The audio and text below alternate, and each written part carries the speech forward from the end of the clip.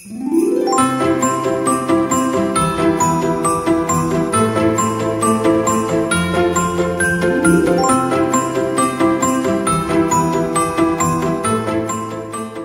to Stacy So-and-So. Thank you for joining me again this week, and thank you for your patience with not being able to get my video out on time this week due to some power outages and also weather issues. Let me give you a little explanation why. We don't have central air, so we just have window units in certain spaces and fans.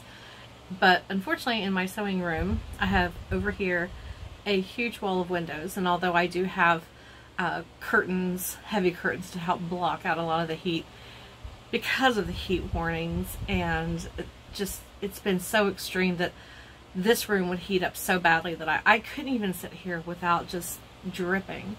So it's kind of really held up my progress in sewing as well as making videos, so I apologize for that.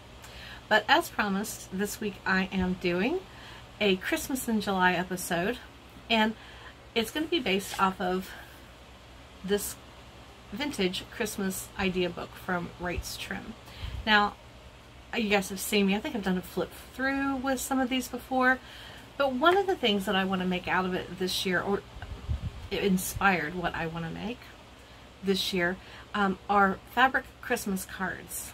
So let me turn the camera around and I'll kind of show you some of the ideas of, you know, what inspired this, and then we will go through, you know, some, not step by step, but I'll show you what I'll be making, and hopefully it will inspire you to want to give it a try as well and make your own Christmas cards this year. Okay, we'll get started on this page. Now, granted, these cards are not Christmas, but I think they're really pretty, and was thinking maybe I could figure out how to make poinsettias as opposed to daisies. So that was a thought. And then let me go back a little bit further, because there are some actual Christmas cards that they show as well. Might be, here we go.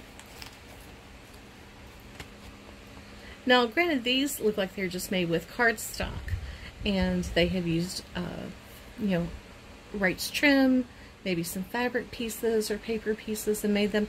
And I thought, you know, that's a really great idea too. I really was inspired by that. Then there are these little, these are decorations, but imagine making those and putting them on front of a Christmas card. And I think there was another set. Here we go. On these, they took trim and made candles on the front of their Christmas cards, which you could also use as place cards for your table setting, like that little wreath with the candle. I thought that was sweet too. So those were just some ideas, and it just got my brain kind of working on what else could we do. So let me show you some of the supplies I pulled together and give you an idea of what I want to try. Now, you know I like to upcycle. So this is a box of those. You know how you just buy those assorted cards? I always would buy them and keep them on hand for that last moment just in case. And I've used quite a few of them, but these are the ones that are left over that I wasn't as thrilled with. But I hate the idea of throwing them away, but I've had these for a long time. And I just don't think I'm going to use them as they are. You can kind of see that, you know, those are a little yellow around the edge. But I thought I could use these as a base to make Christmas cards. So the other thing I did was I pulled out, I bought these last year. This is just a variety of different plaids and stripes I had bought. It was called a Christmas bundle. I think I got that off Amazon. I'm not sure. But here is my thought. I would probably start with 2 squares and line them up so that there we go, so that the plaids line up. But I would actually do it this way, because these are only 10 by 10 squares. It would need to be bigger. So sew it up one seam like this, and then once I do that, that would give me a seam to work with, and that would become where the fold of the card would be. Like that.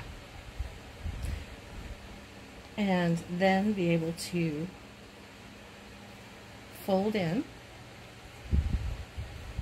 and then I'll stitch across the bottom, and there we go. There we go. And then I would stitch down the middle. I would leave the top, I'm going to leave the top open, and I'll cut it down, because what I can do at that point, then, if this was already cut off, I can just fold it in once I insert the card back in here and stitch across the top and close it up, so that then the card is completely encased in this fabric. And then it's a matter of just pulling out favorite trims and making, you know, just a beautiful outside, and then doing a little frame maybe on the inside of the card. Like, it would be cute if because I have lots of these, I could cut out like a little picture frame, maybe cover it in the same fabric or coordinating fabric, and then glue it in place except for the top, so I can slide in a piece of cardstock with the message. So that's kind of what we're going to be doing today. So if you want to follow along, all you're really going to need is some fabric, your sewing machine. If you don't have cards like this, you could grab some cardstock and cut them to size. Obviously you'll need some scissors, some trims for decorating. So yeah, I think this is going to be fun. So let's get started. Okay, so I ended up I sewed it on 3 sides after measuring what I was going to need for my inserts, and then stitched straight up the center. I didn't go all the way to the top because I'm going to push that back down. I'm going to end up folding these over and stitching all the way around the top. I'm going to switch over to a heavy duty needle, because I think when I do that, I'm going to top stitch all the way around. So I want to make sure I have a strong needle in my machine, just in case I happen to hit into that card that's on the inside. And then once I finish that, we'll be able to start decorating our fabric card. So this is pretty easy so far. If you're sewing along, like I said, just really make sure you measure how much material you need. I did go ahead and put the seams on the side and just stitched all the way around. I clipped the corners before I turned it inside out. Made sure that my fabric, you know, my pieces were going to fit inside, and then just did a stitch almost to the very top. And then slid my little paper in. See? I think these are going to be really cute. And it's a very easy project. So next thing I'm going to do is switch out my needle and do the top stitching. So it's actually been a few days since I started this video. We had some technical issues, and then we had a power outage issue, and it just got crazy. But let me show you where I left off in the process so that we can all continue on. So what I had done, I went ahead and I decided to top stitch with a little zigzag. I just like the way it looked on this material. If you have a machine that has different decorative stitches, you could use anything to top stitch around the top that you feel is going to look best on your card. On the inside, as you can see, I cut another piece of cardboard and I covered it. So now there's a picture frame. See?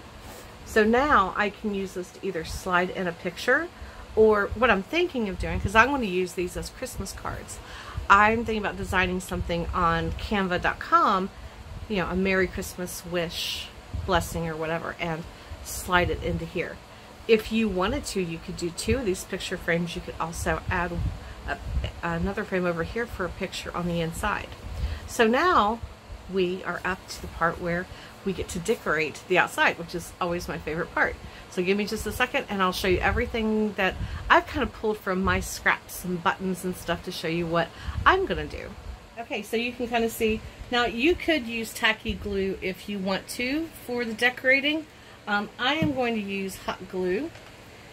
And so here's my little card. I've got some rickracs that I've pulled out. This is a whole bunch of like extra trim. Let me pull this over. All different colors. But I am going to use some Christmas green on this, I think. I pulled out extra fabrics because I thought at one point I thought maybe I would cut out like a little fabric Christmas tree. So yeah, you can see all the different fabrics I have. But I've decided to go a different way. I am going to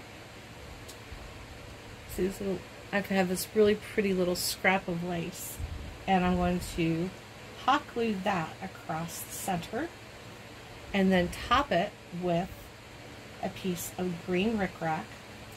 And then I forgot I had a small bag of pre-made yo-yos, and I really like this one on here, so I'm going to put the yo-yo in the middle and then finish it off with a little green button. So give me just a second to get this all glued together, and then I'll give you a close-up. And we're done. Didn't that turn out cute? I really like this one. Now this was really just kind of a test, just to see how it would work out. I might keep this one for myself, and maybe I'll just put a picture of me and Patrick in it, and I can use as decoration. This one is, just so you know, this is about 6 inches by, so it's about 6 by 4, which is a nice size card. But I think the ones that I give away, I'd like to make them a little bit bigger, like maybe more 5 by 7. But we'll see. But I hope that you enjoyed this little project. These are things like I'm going to be making this year for close family. I'll be making fabric Christmas cards so that they can be a keepsake for them to hold on to year after year. If you have any questions, please leave them in the comments. As always, I'm happy to answer any questions that you might have. I appreciate your patience. I know I missed last week because of a lot of it had to do with the technical issues and the power outage.